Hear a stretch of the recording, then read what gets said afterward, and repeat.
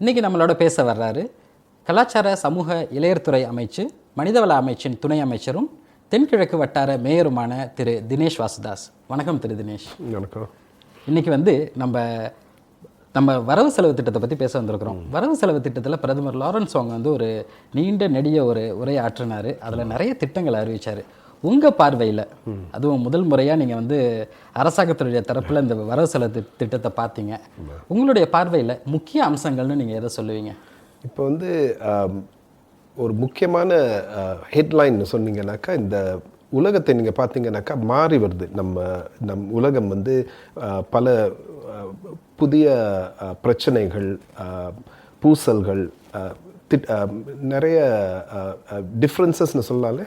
சில நேரத்தில் வந்து இந்த போர்கள் கூட நடக்குது அங்கே உலகில் பல இடங்களில். அந்த மாறி வரும் இந்த உலகில் சிங்கப்பூர் எப்படி நிலைநாட்டி இருக்கலாம் என்பதை பற்றி திரு லாரன்ஸ் வாங் கூறினார். அதில் வந்து 3 முக்கிய அம்சங்கள்னு கூறப்போனால், ஒன்று நம் இக்கானமி எப்படி வந்து இன்னும் வலிமையாக இந்த உலகில் எப்படி வலிமையாக இருக்க வேண்டும் என்பதை பற்றி கூறியுள்ளார். இரண்டாவதாக குடும்பங்கள் மற்றும் லோ வேஜ் ஒர்க்கர்ஸ்னு சொல்லுவாங்க இல்லையா, அந்த மாதிரி வசதி குறைவானவர்கள், சம்பளம் கூடுதல் சம்பளம் இல்லாதவர்களுக்கு வந்து என்னென்ன திட்டங்கள் இருக்கிறது என்பதை பற்றி கூறினார்.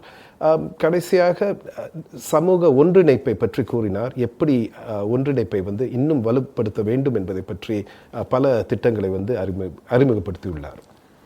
கண்டிப்பாக அது ரொம்ப சுவாரஸ்யமாகவும் இருந்துச்சு. ரொம்ப அதை வந்து எல்லாரும் அதை என்ன சொல்ல வர்றாரு அப்படின்லாம் பார்க்குறதுக்கு இருந்தோம். அதில் எப்போதுமே வர்ற அந்த சிடிசி வாட்சஸ் வந்தது வந்து எல்லாருக்கும் வந்து ஒரு நல்ல செய்தியாக இருந்துச்சு. 500 வெள்ளி வருது அப்படின்ட்டு.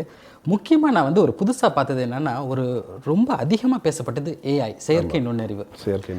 அதில் வந்து நம்ம உலகத்தில் நான் நினைக்கிறேன் ஒரு முன்னணி நாடாக நம்மளை கொண்டு போகிறதுக்கும், நீங்கள் கொஞ்சம் முன்னாடி சொன்னது மாதிரி பொருளாதார ரீதியில் நம்ம பொருளியல் பாதுகாப்பை வலுப்படுத்துறதுக்கு அந்த ஏஐயை வந்து அவர் ரொம்ப முன்னிறுத்தினார். ரொம்ப அதற்கான இம்பார்ட்டன்ஸை கொடுத்தாரு. அதை பற்றி கொஞ்சம் சொல்லுங்கள். இப்போ வந்து ஏஐ, செயற்கை நுண்ணறிவை பற்றி கூறப்போனால் வந்து இப்போ பலர் பயன்படுத்தும் ஒரு கருவியாக மாறியுள்ளது இல்லையா. இப்போ வந்து கண்டிப்பாக நம்ம கை தொலைபேசியில் வந்து இந்த மாதிரி செயற்கை நுண்ணறிவு ஆப்ஸ் கண்டிப்பாக இருக்குன்னு நினைக்கிறேன். அந்த செயற்கை நுண்ணறிவை வந்து நம் நாட்டிற்கு எப்படி பயன்படுத்த முடியும் என்பதை பற்றி கூறியுள்ளார். உதாரணத்திற்கு தேசிய செயற்கை நுண்ணறிவு மன்றம், அதாவது நேஷனல் ஏஐ கவுன்சிலை பற்றி வந்து பிரதமர் கூறியிருக்கிறார். அதுக்கு அந்த சிறப்பு என்னன்னாக்கா, அந்த கவுன்சிலை வந்து தலைமை தாங்குவது நம் பிரதமர் தான். ஸோ அது மட்டும் இல்லாமல் நம் தொழில்களுக்கு வந்து நம் வணிகம் மற்றும் பிஸ்னஸ்க்கு வந்து எப்படி செயற்கை நுண்ணறிவை வந்து பயன்படுத்தலாம், அந்த செயற்கை நுண்ணறிவை வந்து பயன்படுத்தி எப்படி எக்ஸ்பேண்ட் பண்ணலாம் பற்றி கூறியுள்ளார். மற்றும் மாணவர்கள், தொழிலாளர்கள் ஏஐயை வந்து எப்படி பயன்படுத்தி தன் உற்பத்தி திறனை வந்து இன்னும் மேம்படுத்தலாம், அதற்கான என்னென்ன திட்டங்கள் இருக்கிறது பற்றியும் கூறியுள்ளார். ரொம்ப அதில் வந்து நிறைய விஷயங்கள் நீங்கள் சொன்னது மாதிரி பிரதமரே வழி நடத்துகிற இந்த மன்றம் வந்து எல்லாரும் பார்க்குறோம். அப்புறம் ஏஐ பார்க் 1 வர்றதும் வந்து எங்களுக்கு ரொம்ப ஆச்சரியமாக ஒரு விஷயமா இருந்துச்சு. முக்கியமாக அதில் வந்து இந்த 6 months free subscription to premium AI apps சொல்லியிருந்தாங்க.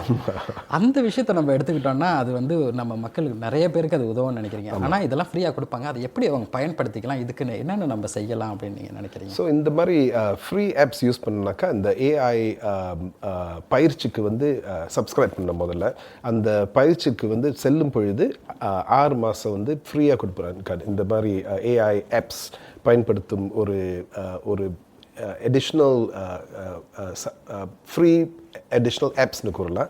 ஸோ அதை வந்து எப்படி நடத்துவதாக ஒரு திட்டத்தை வந்து கூறியிருக்கிறார். ஆனால் அந்த டீட்டெயில்ஸ் வந்து இன்னும் கொஞ்சம் மாதத்தில் வந்து வெளிவரும்னு நினைக்கிறேன். எல்லாம் எதிர்பார்த்து காத்துக்கிட்டு இருக்கோம். ஆமாம், கண்டிப்பாக. அது போக இப்போ வந்து நீங்கள் அந்த ஏஐன்னு சொன்னீங்க, இந்த மாதிரி நம்ம மாறிய உலகமாக இருக்குது, மாறிக்கிட்டே இருக்கிற உலகமாகவும் இருக்குது. ஆமாம். இந்த நேரத்தில் நம்ம மிட் கரியர் ஒர்க்கர்ஸ்னு சொல்லக்கூடிய அந்த நடுத்தர வயதுடைய இருக்கிறவங்களுக்கு வேலை பாதுகாப்பு பற்றி ஒரு அச்சம் எப்போதுமே நிலவிக்கிட்டு இருக்குது. ஏஐ வந்து அந்த அச்சத்தை இன்னும் கூட்டி இருக்குது. அவங்களுக்கு என்ன சொல்ல விரும்புகிறீங்க? இப்போ வந்து பிரதமர் வந்து கூறியதில் வந்து ஒரு சிறப்பு அம்சம் என்னவென்றால், நம் ஸ்கில்ஸ் ஃபியூச்சர் சிங்கப்பூர் மற்றும் ஒர்க் ஃபோர்ஸ் சிங்கப்பூர் என்ற இரண்டு அமைப்புகளும் ஒன்றாக merge பண்ண போகிறதாக ஒரு திட்டத்தை கூறியிருக்கிறார்.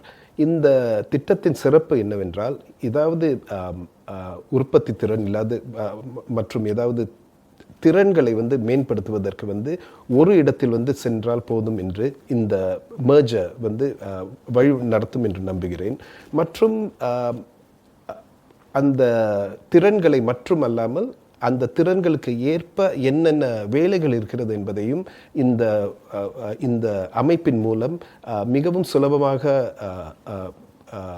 கனெக்ட் பண்ணுறான்னு சொல்லுவாங்க இல்லையா, அந்த மாதிரி கனெக்ஷன் வந்து இன்னும் சிறப்பாக செய்ய முடியும் என்பதற்காக தான் இந்த 2 அமைப்புகளையும் ஒன்றிணைந்துள்ளோம். இப்போ அந்த 2 அமைப்பும் இணைகிறதுனால அதை வந்து வழி நடத்துறதும் 2 அமைச்சுகள் வந்து வழி நடத்தும் அப்படின்னு பிரதமர் சொல்லியிருந்தாரு. ஆமாம், மினிஸ்ட்ரி ஆஃப் எஜுகேஷன் மற்றும் மனிதவள அமைச்சம். அது வந்து கண்டிப்பாக அதுலேருந்து ஒரு நல்ல ஒரு பலன் தரும் அப்படின்ட்டு. இது ஏன் செய்கிறோம்னாக்கா, இப்போ வந்து ஏஐன்னு சொன்னீங்கன்னாக்கா அந்த நிறைய டிஸ்ரப்ஷன்ஸ் இருக்கும் கண்டிப்பாக. ஸோ அந்த டிஸ்ரப்ஷன்ஸை வந்து எப்படி வந்து வழி நடத்தலாம் என்பதை பற்றி இந்த இரு அமைப்புகளும் ஒன்றாக வந்தால் சிறப்பாக இருக்கும் என்பதற்காகவும் மக்களுக்கு வந்து இப்போ வந்து இது வந்து ஒரு ஒன் ஸ்டாப் ஷாப் போல இருக்கும் இல்லையா. 2 அமைப்புகளுக்கு செல்லாமல் ஒரே ஒரு அமைப்புக்கு சென்று தேவையான உற்பத்தி திறன் கருவிகள் மற்றும் வேலை வாய்ப்புகளை வந்து ஒரே இடத்தில் வந்து பெற வேண்டிய ஒரு சிறந்த ஒரு வாய்ப்பு என்று கூறலாம். அது கண்டிப்பாக ஒரு நல்ல விஷயமா அமையும். இப்போ இந்த ஏஐ வந்து இப்போ ஒர்க்கர்ஸ்க்கு சொன்னோம், இப்போ ஊழியர்களுக்கெல்லாம் வந்து இந்த வெப்சைட், இந்த ஒரு போர்ட்டல்லேருந்து அவங்க போய் பார்க்கலாம், புதிய அமைப்பு இருக்குது. நிறுவனங்களுக்கு வந்து வரி கழிவுலாம் அறிவிக்கப்பட்டிருந்துச்சு. ஆனால் இப்போ இந்த ஏஐனால் சம்பளங்கள் கூடுறதுக்கு அந்த மாதிரி வாய்ப்புகள் இருக்குமா? ஓகே, ஸோ இப்போ ஏஐன்னு சொன்னீங்கன்னாக்கா கண்டிப்பாக பலருக்கும் இந்த ஏஐ கருவிகளின் மூலம் அப்கிரேட் செய்கிற வாய்ப்புகள் கண்டிப்பாக இருக்கும். அதே நேரத்தில் வந்து குறைந்த சம்பளம் எடுக்கும் நம் ஊழியர்களையும் நம் மனதில் வைத்துக்கொள்ள வேண்டும். ஏனென்றால் அவர்களுக்கு வந்து சில நேரத்தில் வந்து இந்த ட்ரைனிங் போகிறதுக்கு வந்து சில நேரத்தில் நேரம் இல்லாமல் இருக்கலாம். அது மட்டும் இல்லாமல் குறைந்த சம்பளம் வாங்குவதனால் அவர்களுக்கு வாய்ப்புகள் அவ்வளவாக இல்லை என்பதை கண்டிப்பாக உணர்ந்துள்ளோம். அதே நேரத்தில் வந்து இந்த லோக்கல் குவாலிஃபைங் சேலரின்னு சொல்லுவாங்க இல்லையா, அந்த சேலரியை வந்து 1600 வெள்ளியிலிருந்து 1800 வெள்ளி வரைக்கும் கூடியிருக்கிறோம். அந்த எடிஷன், இந்த $200 எடிஷன் வந்து அவர்களுக்கு வந்து மிகவும் ஒரு மாற்றத்தை தரும் என்று நம்புகிறோம். சரி, இப்போ வந்து காஸ்ட் ஆஃப் லிவிங், வாழ்வாதார செலவினம் வந்து ரொம்ப கூடி இருக்குது அப்படிங்கிறது வந்து ஒரு ஒரு ஒரு நிறைய ஒரு பரந்தப்பட்ட பேச்சாகவே இருக்குது. இதை சமாளிக்கிறதுக்கு அரசாங்கம் நிறையா செஞ்சுக்கிட்டு வந்திருக்கு, இப்பயும் செய்யுது. ஆனால் இதை தாண்டி வந்து இன்னும் வந்து உதவி தேவைப்படுறவங்க இருந்தாங்கன்னா அவங்களுக்கு வந்து என்ன மாதிரியான ஆதரவு கிடைக்கலாம்? ஓகே, இந்த வரவு செலவு திட்டத்தின்படி பல புதிய அம்சங்கள் இருக்கிறது என்று கூறலாம். வசதி குறைவான குடும்பங்களுக்கு வந்து எப்படி உதவுவது என்பதை பற்றி இந்த வரவு செலவு திட்டத்தில் பிரதமர் கூறியுள்ளார். உதாரணத்திற்கு வந்து சிடிசி பற்றுச்சீட்டுகளை வந்து அடுத்த வருடம் ஜனவரி மாதத்தில் வந்து 500 வெள்ளி எல்லாருக்கும், இந்த வசதி குறைவு மட்டுமல்லாமல் அனைவருக்கும் 500 வெள்ளி பற்றுச்சீட்டை வந்து வழங்குவதாக ஒரு திட்டத்தை கூறியுள்ளார். இப்போ வந்து காஸ்ட் ஆஃப் லிவிங் சிறப்பு தொகையை வந்து சொன்னீங்கன்னாக்கா இந்த 400 வெள்ளி வரை கொடுக்கும் ஒரு திட்டத்தை வந்து அறிமுகப்படுத்தியிருக்காரு நம்ம பிரதமர். அதனால் இந்த மாதிரி விஷயங்கள் வந்து நான் நினைக்கிறேன் அந்த காஸ்ட் ஆஃப் லிவிங்கை வந்து சமாளிக்கிறதுக்கு, அந்த வாழ்க்கை செலவின உயர்வை வந்து சமாளிக்கிறதுக்கு கண்டிப்பாக ஃபேமிலிஸ்க்கு உதவும். கடைசியாக அவர் முடிக்கும் போது ரொம்ப ஒரு இளையர்களை வந்து முன்னிலைப்படுத்தி இந்த சிங்கப்பூர் உணர்வை வந்து அவர் வந்து ரொம்ப முக்கியமாக மையமாக வச்சு பேசினார். ஸோ சிங்கப்பூர் உணர்வு, அதுவும் நம்ம இப்படி வளர்ந்துக்கிட்டே இருக்கிற அந்த ஒரு நாட்டில், வேகமாகவும் வளர்கிற இந்த ஒரு நாட்டில் எவ்வளவு முக்கியம்னு நீங்கள் நினைக்கிறீங்க? உலகத்தில் வந்து பல நாடுகளில் வந்து இந்த மாதிரி பல பிரச்சனைகள் இருக்குது என்று கூறலாம். அது வந்து பல இனம், மொழி, மதம் போன்ற வேறுபாடுகளினால் வரும் பிரச்சனைகள் என்று கூறலாம். அப்போ சிங்கப்பூரை பார்த்தீங்கன்னாக்கா நாம் வந்து எப்போதுமே ஒரு மல்டி ரேஷியல் மல்டி கல்ச்சரல்னு சொல்லுவாங்க இல்லையா, அந்த மாதிரி மல்டி ரேஷியல் நேஷனாக இருப்போம் நம்ம. அதே நேரத்தில் வந்து இனங்களுக்கும் மொழிகளுக்கும் எப்படி தொடர்பை இன்னும் வலுப்படுத்தலாம் என்பதை பற்றி வி ஃபர்ஸ்ட் என்ற ஒரு இணக்க ஒரு ஒரு ஒரு கேம்பெயின் இந்த வருடம் தொடங்குவதாக இருக்கிறோம்.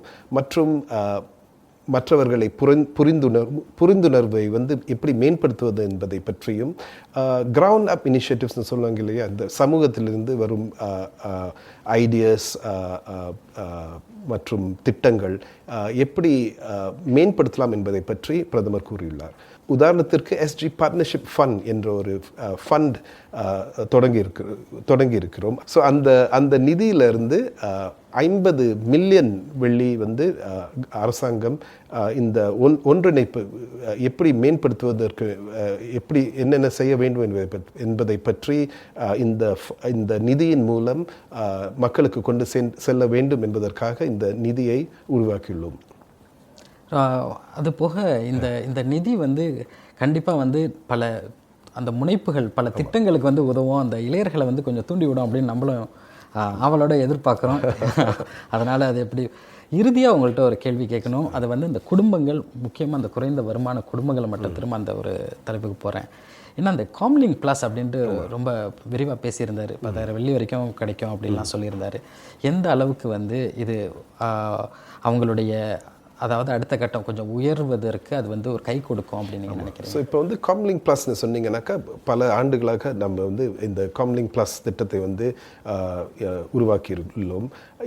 இந்த வருடம் காம்லிங் ப்ளஸை வந்து எப்படி மேம்படுத்துவது என்பதை பற்றி பிரதமர் கூறியுள்ளார். லைஃப் கோச்னு சொல்லுவாங்க, அதாவது எப்படி அந்த சூழ்நிலையிலிருந்து எப்படி முன்னேறி வரலாம் என்பதை பற்றி இந்த கோச்சஸ் வந்து சப்போர்ட் பண்ணுவானுங்க. அதே நேரத்தில் வந்து ஒரு வேலையில் இருக்கும் பொழுதும் வேலையிலிருந்து படிப்படியாக மேலே சம்பளம் மற்றும் வாழ்க்கை சூழ்நிலை மேம்படுத்தும் பொழுது இந்த காம்லிங் ப்ளஸின் மூலம் இன்னும் சப்போர்ட் வரும்னு நினைக்கிறேன். ரொம்ப நன்றி. எங்களோட வந்து இந்த உங்கள் கருத்துக்களை வந்து உடனடியாக வந்து பகிர்ந்ததுக்கு. நிறைய திட்டங்கள் வந்து இதில் அறிவிக்கப்பட்டிருக்குது. இந்த அத்தனை திட்டங்களை வந்து பலன் அளிக்கணும் அப்படிங்கிற ஒரு நோக்கத்தில் தான் அறிவிக்கிறாங்க. ஆனால் இதை எப்படி பயன்படுத்திக்க போகிறாங்கங்கிறது அடுத்த ஒரு விஷயமா இருக்கும். இருந்தாலும் இந்த ஆண்டுடைய வரவு செலவு திட்டத்தை பற்றி எங்கள்கிட்ட விரிவாக வந்து பேசினதுக்கு ரொம்ப நன்றி திரு தினேஷ். இது வந்து தமிழ் முரசுடைய சிறப்பு காணொளி. இந்த காணொளி தொடர்ந்து எங்களோட இணைஞ்சிருங்க. இது தமிழ் முரசுக்காக இர்ஷாத்.